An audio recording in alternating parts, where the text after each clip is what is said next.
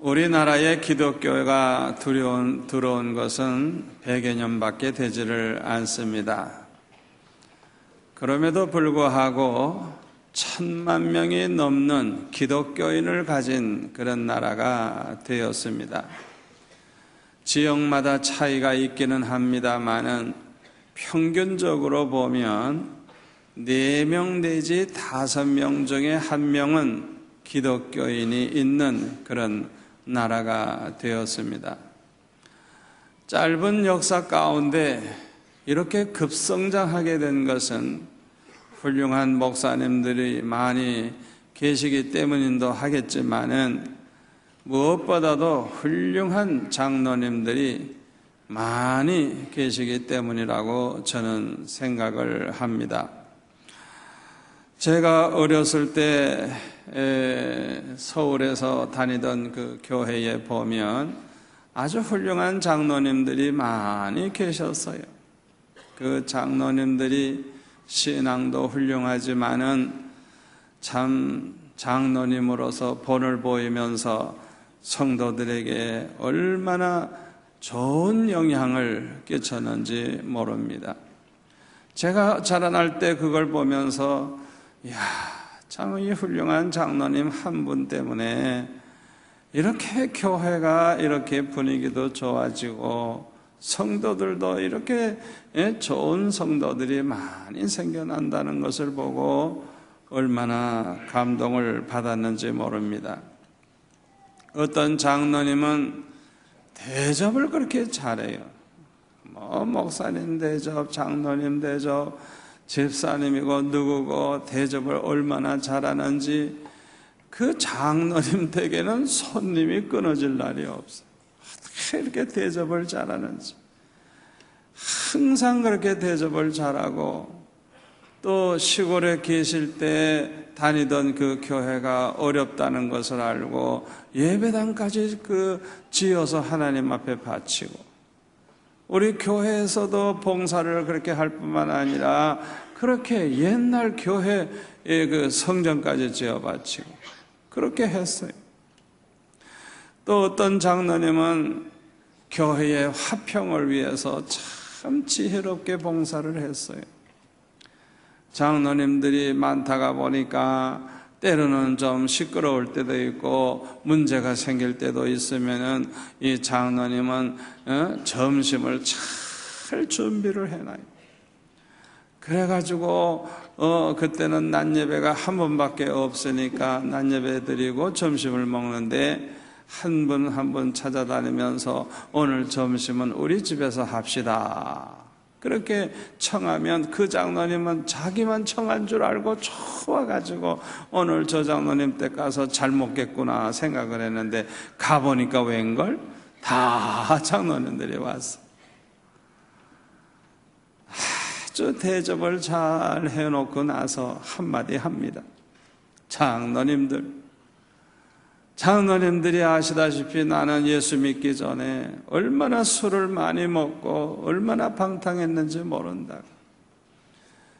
이 세상 사람들은 싸우다가도 같이 술 한잔 먹고 그렇게 악수하면 다 화해를 하는데 우리 예수 믿는 장로들이 세상 사람보다 못해서 되겠냐고 하면서 서로 악수하게 하고 서로 안아주게 하고 그래서 이 당회를 편안하게 화평케 하는 그런 장로님도 봤어요.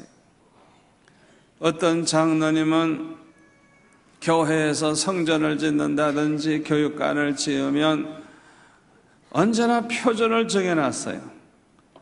적어도 20분의 1, 그 건축 예산의 20분의 1은 내가 감당을 해야 되겠다. 그렇게 항상 마음에 그렇게 결정을 하고 사세요. 그러니까 그 건축 예산이 딱 얼마 나오면 거기에 20분의 1은 이제 집을 바치든지 뭘 하든지 그렇게 바쳐가지고 항상 봉사를 해요.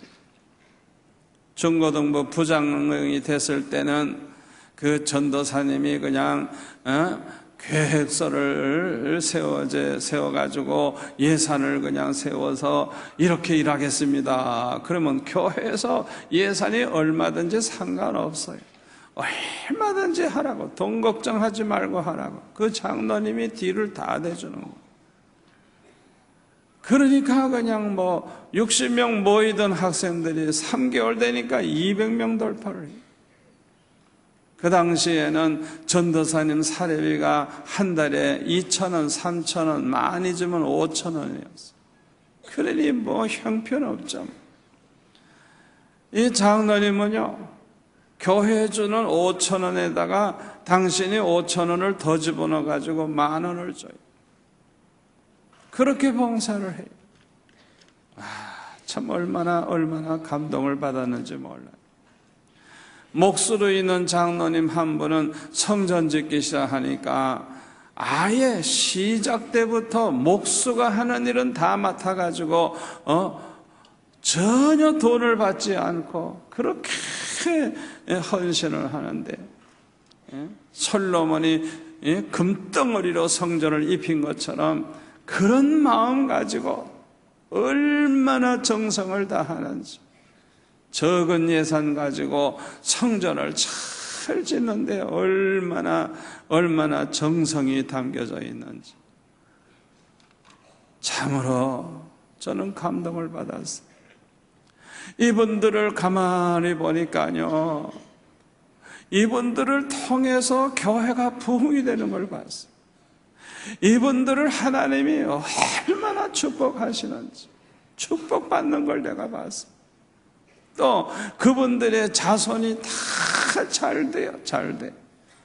하나도 곁길로 가는 자녀가 없고 잘못되는 자녀가 없고 다 축복받아가지고 잘 되는 것을 제가 보았어요. 지금은 세월이 많이 지나서 다 천국에 가 계시지만은 분명히 예수님 재림하시는 그날에는 그 장로님들이 영광의 관을 쓰게 될 줄로 믿습니다. 저는 여러분 모두가 다 이런 장로님들과 같은 성도들이 되시기를 소원합니다. 그런데 오늘 본문 1절에 보면 너희 중 장로들에게 권하노니 라고 그렇게 말하고 있습니다. 베드로는 지금 장로에게 주는 교훈을 이렇게 기록하고 있는 것입니다. 그런데 본문에서 말하고 있는 이 장로는 지금의 장로님들과는 같지 않습니다. 지금으로부터 2000년 전에는 교회들이 별로 없고 교인도 많지 않기 때문에 교회에 무슨 조직이라는 게 없었어요. 집사니, 장로니, 권사니 그런 직분이 전혀 없었습니다. 그러므로 성경에 나오는 무슨 장로니 감독이니 한 것은 그 교회를 돌보는 아주 그 교회 지도자를 가리켜서 그렇게 말한 것입니다. 그 당시에는 전문적인 공부를 해서 교회에서 일하는 교역자가 없었습니다. 왜? 신학교가 아예 없으니까. 그 당시에는 주님이 직접 부르신 12제자가 있었고 그 다음에는 이 12제자가 세운 속사도가 있었어요. 그 다음에는 이 속사도들이 세운 감독이 있었어요. 그 다음에는 이 감독들이 세운 교역자들이 이제 생겨나기 시작을 했습니다. 성경에 나오는 장로는 그대로 자기의 직업을 가지고 있는 사람이었습니다. 농사 짓는 사람은 농사 지으면서 장로 일을 하는 거예요. 장사하는 분은 장사하면서 그렇게 장로 일을 하는 거예요. 그렇게 일하면서 교회에서 열심히 봉사를 하고 설교자가 없으니까 예배 때 설교도 하고 또 성도들의 신앙을 지도하고 성경을 가르쳐 주기도 하고 그렇게 일을 한 사람들이. 그러니까 오늘날의 목사들이 하는 일까지 다 한 사람들이 얼마나 소중한 분들인지 몰라요. 교회에서 치리하는 기간으로서의 당회를 구성하고 있는 이런 장로와는 다른 장로였어요. 그 당시에는 이런 장로가 교회에 1명 내지 2명씩 있었다고 합니다. 오늘 본문 1절에 보면 베드로는 이런 장로에게 교훈하면서 나는 함께 장로된 자요 라고 말하고 있습니다. 베드로는 장로로 임직받은 일이 없습니다. 장로로 투표를 받고 취임한 적도 없어요. 그러므로 이것은 다만 그 교회의 지도자라는 입장에서 말을 하는 것입니다. 요한 2서에도 보면 사도 요한은 자기 자신을 가리켜서 장로라고 소개를 하고 있어요. 이 사도 요한도 장로로 취임한 적이 없습니다. 이것도 베드로처럼 교회의 지도자라는 입장에서 이렇게 장로라고 말하고 있는 것입니다. 이때의 장로는 교회의 어른으로서 교회에 나오는 성도들을 가르치고 인도하고 양육하고 그들을 치료하는 일을 하는 분들이었습니다. 그런데 구약 성경에 보면요, 장로라는 말이 나오죠. 구약 성경에 나오는 장로는 그 마을에서 가장 존경받는 대표적인 어른을 가리키는 것입니다. 그런데 베드로가 말하는 장로는 그 교회의 어른으로서 가장 존경을 받고 성도들을 가르치고 인도하는 사람들을 가리켜서 말을 한 것입니다. 지금의 장로와는 좀 다르긴 합니다만은 그래도 이 성경에 나오는 이 장로처럼 우리 교회의 성도들도 우리 장로님들도 교회에서 가장 존경받으면서 성도들을 가르치고 인도하는 그런 일꾼들이 되시기를 축원합니다. 그런데 본문 1절에 보면은 베드로는 자기 자신을 가리켜서 그리스도의 고난의 증인이라고 그렇게 말을 합니다. 이건 대단히 중요한 말씀이에요. 베드로가 그리스도의 고난의 증인이 됐던 것처럼 장로는 누구나 다 그리스도의 고난의 증인이 되어야 한다는 것을 우리에게 교훈해 주는 것입니다. 사도행전 3장에 보면요, 성령 충만함을 받은 이 베드로와 요한이 담대하게 예수 그리스도의 십자가와 부활을 증거하는 것을 볼 수가 있습니다. 사도행전 1장 8절에서 오직 성령이 너에게 임하시면 너희가 권능을 받고 예루살렘과 온 유다와 사마리아와 땅끝까지로 내 증인이 되리라고 말씀하셨는데, 이 말씀 그대로 베드로와 요한은 권능을 받고 그리스도의 증인이 되었던 것입니다. 이때 그들의 그 말씀의 능력이 대단했습니다. 그것을 보고 유대인들은 다 깜짝 놀랐어요. 왜? 유대인들이 알고 있기로는 베드로와 요한은 전혀 학문이 없는 사람이에요. 그런데 어떻게 저렇게 말씀을 조리 있게 저렇게 말씀을 담대하게 전할 수 있을까? 그걸 보고 모두들 놀라지 아니할 수가 없었던 것입니다. 마태복음 10장 18절에 보면 예수님께서 이렇게 말씀하셨습니다. 또 너희가 나로 말미암아 총독들과 임금들 앞에 끌려가리니 이는 그들과 이방인들에게 증거가 되게 하려 하심이라. 너희를 넘겨줄 때에 어떻게 또는 무엇을 말할까 염려하지 말라. 그때 너희에게 할 말을 주시리니 말하는 이는 너희가 아니라 너희 속에서 말씀하시느니 곧 너희 아버지의 성령이시니라. 아멘. 이렇게 주님이 말씀하셨는데 이 말씀 그대로 베드로와 요한에게 성령께서 할 말을 주셔서 이 성령의 감동 속에서 담대하게 그리스도를 증거했던 것입니다. 이들은 죽음도 두려워하지 않았어요. 순교하는 그 순간까지 그리스도의 증인으로서 살았어요. 이들이 이렇게 할 수 있었던 것은 성령 충만했기 때문이고 주님이 함께해 주셨기 때문입니다. 우리 교회에도 이런 장로님들이 많이 나오기를 소원합니다. 또 본문 1절에 보면은 나타날 영광에 참여할 자라 그랬어요. 예수님이 재림하실 때 그 영광스러운 자리에 참여할 자라는 거예요. 이것은 우리 장로님들뿐만 아니라 우리 모든 성도들의 신앙의 목표가 되어야 할 줄로 믿습니다. 그저 아무렇게나 그저 예수 믿고 천국만 가면 되지, 그러지 말고 목표가 있어야 돼요. 목표가. 주님 오실 때 그 영광스러운 그 자리에 내가 앉을 수 있는 그런 사람이 되겠다고 하는 목표를 가지고 신앙생활을 하는 저와 여러분이 될 수 있기를 바랍니다. 본문 2절에 보면 너희 중에 있는 하나님의 양무리를 치되라고 했습니다. 여기서 주의해야 할 것이 있습니다. 내 양이라고 하지 않았어요. 하나님의 양이라 그랬어요. 그리스도의 양입니다.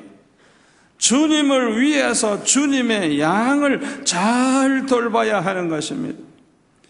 잘 먹이고 잘 길러야 되는 거예요. 시냇물가로 푸른 초장으로 인도해서 넉넉하게 꼴을 먹여야 하는 것입니다.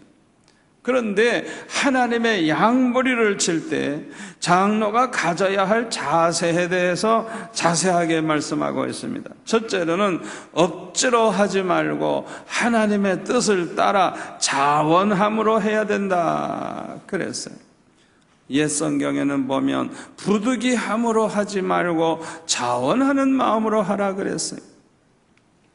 무엇이든지 자원하는 마음을 가지고 하면 기쁨으로 일을 하게 되고 능력도 몇 배로 더 나타나고 창의력도 발휘하게 될 줄 믿습니다. 그러나 억지로 하면 좋지 않아요. 매우 하기 싫은 걸 그냥 마지 못해가지고 억지로 하다가 보니까 일하는 사람도 안 좋고 그 꼴을 보는 다른 사람 눈에도 안 좋아요. 우리는 한 가지 일을 해도 자원해서 즐거운 마음으로 해야 될 줄로 믿습니다. 우리 교회 부교육자들은 뭐 누구의 지시를 받고 감독을 받으며 일하지 않습니다. 자발적으로 합니다. 자원해서 자발적으로 스스로 연구하고 계획을 하고 뭐 누구 눈치도 보지 않아요. 기쁨으로 일을 해요.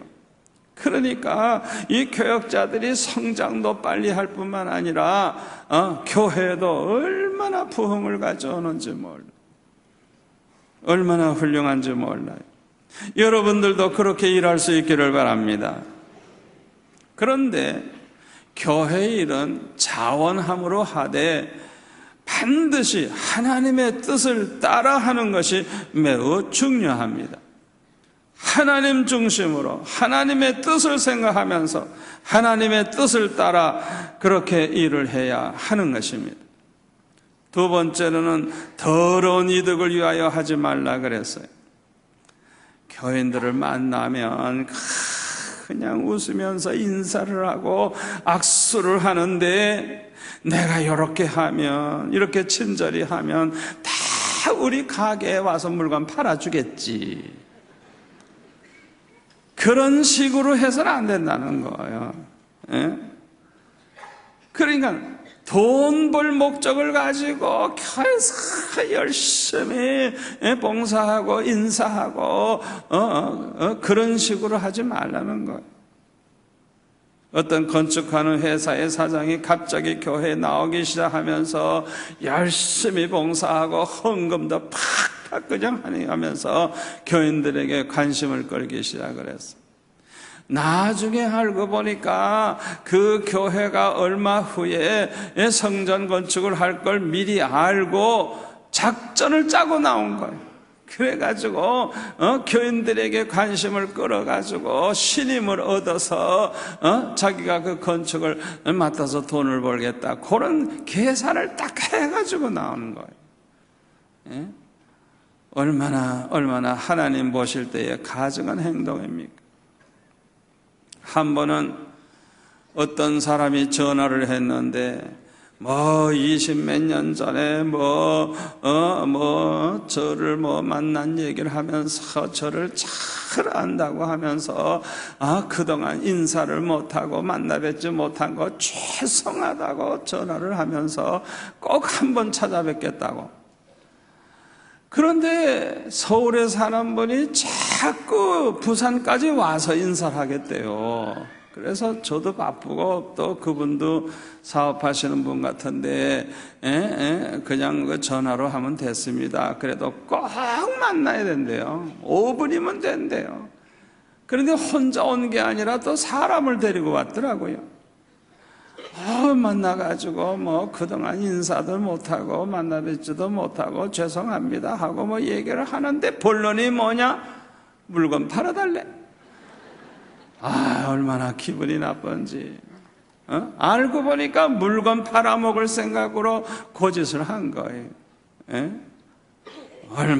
얼마나 참 한심한 사람인지. 여러분, 교회에서는 무엇을 하든지 물질적인 이득을 계산해서는 안 되는 것입니다. 이렇게 어떤 이득을 얻으려고 열심히 봉사를 했다가 불이익이 돌아오게 되면 섭섭해하고 원망 불평을 하고 얼마나 참 부끄러운 일이 생기는지 몰라요. 우리가 교회에서 일할 때 사람들이 알아주고 칭찬해 주기를 바라는 그런 마음은 아예 갖지 마시기를 바랍니다. 사람들에게 칭찬받으려는 마음을 가지고 신경을 쓰다가 보면 기회주의자가 되고 눈치꾼이 되고 초라한 인간이 되고 형편없는 인간이 되는 것입니다. 우리는 오직 주님만 바라보고 주님을 사랑하는 마음으로 충성해야 될 줄로 믿습니다. 오직 하나님의 영광을 위해서 깨끗한 마음, 순수한 마음으로 충성해야 될 줄로 믿습니다. 어떤 남자 집사님이 있었는데요. 그는 굉장히 부자였어요. 얼마나 열심히 예수를 믿고 헌금도 얼마나 많이 하는지 그 교회에서 칭찬이 자자했습니다. 그리고 그분 자신도 자기 자신이 그렇게 그 교회에서 헌금도 제일 많이 하고 열심으로 그렇게 예수 믿으니까 아주 자랑스럽게 신앙생활을 했어요. 칭찬 많이 듣고 존경받고 아주 기분 좋죠. 어느 날 그런데 꿈을 꿨어요. 그런데 꿈에 예수님이 상을 주시는 거예요. 전도 많이 한 분에게 상을 주는데요, 별이 많이 붙어있는 면류관을 씌워주는 거예요. 그냥 번쩍번쩍 하는 면류관. 전도 많이 했다. 그 다음에 그냥 헌금을 많이 한 분이 있는데 주님을 위해서 아낌없이 바친 그분에게는 보석으로 된 집을 하나 주는 거예요. 왜? 주님을 위해서 하늘에 쌓아둔 보물이 많으니까. 그러니까 그렇게 그냥 보석으로 된 집을 주시더래요. 그리고 성도들마다 아이들까지도 다 자기 나름대로의 그 상을 주님이 주시더래요. 그래서 이 집사님은 나에게는 얼마나 큰 상을 주실고 기대를 걸고 있는데 안 주시더래요, 자기가. 그래가지고 자기 생각에는 자기가 제일 큰 상을 받아야 될 것이라고 생각했는데 상을 안 주시니까 얼마나 서운하고 섭섭하고 억울하고 그런지 그냥 울다가 잠에서 깼대요. 하도 희한한 꿈을 꿔서 그는 정신을 차리고 곰곰이 자기 자신을 생각해 보았다고 합니다. 생각해 보니까 자기는 지금까지 열심으로 예수 믿고 헌금하고 모든 걸 그 칭찬 들으려고 항상 거기에 신경을 쓰고 그렇게 했다는 걸 깨달았어요. 그뿐만 아니라 자기는 수입이 어마어마하기 때문에 알고 보니까 헌금을 많이 했지만 11조도 제대로 한 적이 없는 거예요. 헌금을 많이 했지만은 자기 재산에 비하면 적은 헌금에 불과한 거예요. 그뿐만 아니라 교만한 마음을 가지고 다른 사람과 이렇게 비교를 해가지고 아이고 내가 이 교회에서 헌금 제일 많이 하지, 이 교회에서 내가 제일 열심히 하지, 다 이게 다른 사람과 비교하면서 자기가 최고라고 생각해요. 교만이 가득했어요.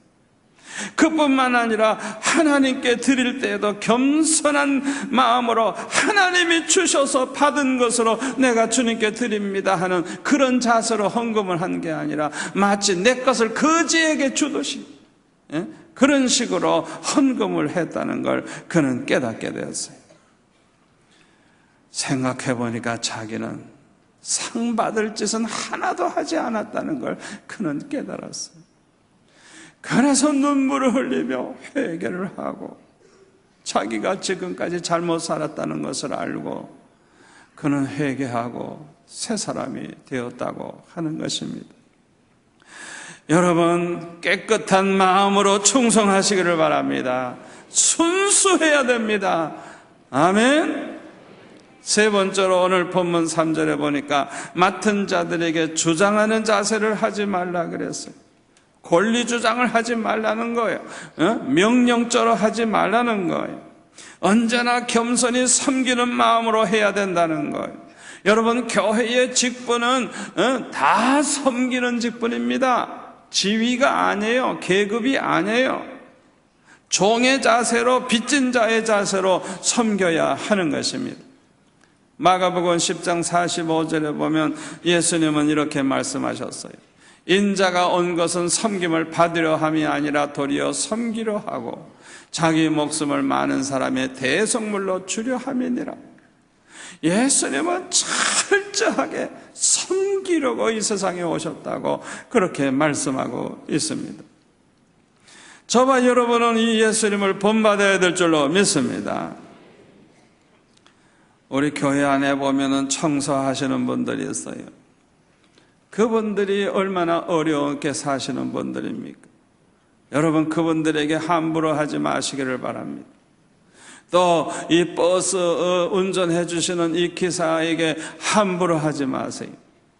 또 우리 교회 안에 많은 직원이 있고 또 나이 어린 처녀들도 많이 있는데 함부로 반말하지 마세요.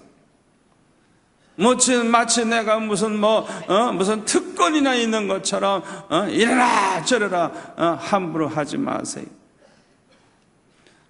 지금으로부터 20여 년 전에 있었던 얘기입니다만 그 당시에 우리 교회 버스 운전하는 그 기사가 이제 초신자라 집사도 아닌데 저는 꼭 이지사님 이러고 불렀어요.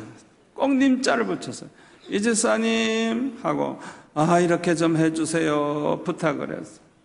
그러니까 얼마나 열심히 봉사하고 제가 한마디만 하면 그냥 얼마나 순종을 잘하는지.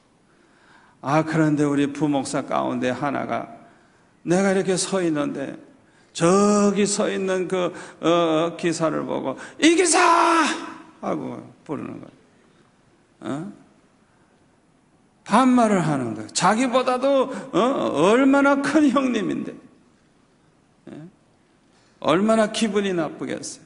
나중에 들리는 말에 의하면 이 기사를 비롯해서 교회에서 일하시는 분들, 청소하시는 분들이 모여가지고 항상 교인들 평가를 하는데요. 그 목사는 인간도 아니라고요. 사람부터 돼야 된다고. 장로님들에 대해서도 다 평가를 하고 있어요. 어느 장로님은 너무 훌륭하신 분이라고 그러고 어떤 장로님은 삭구라라고 그러고 평가를 다 하고 있어요. 다 하고. 어떻게 그렇게 잘하는지.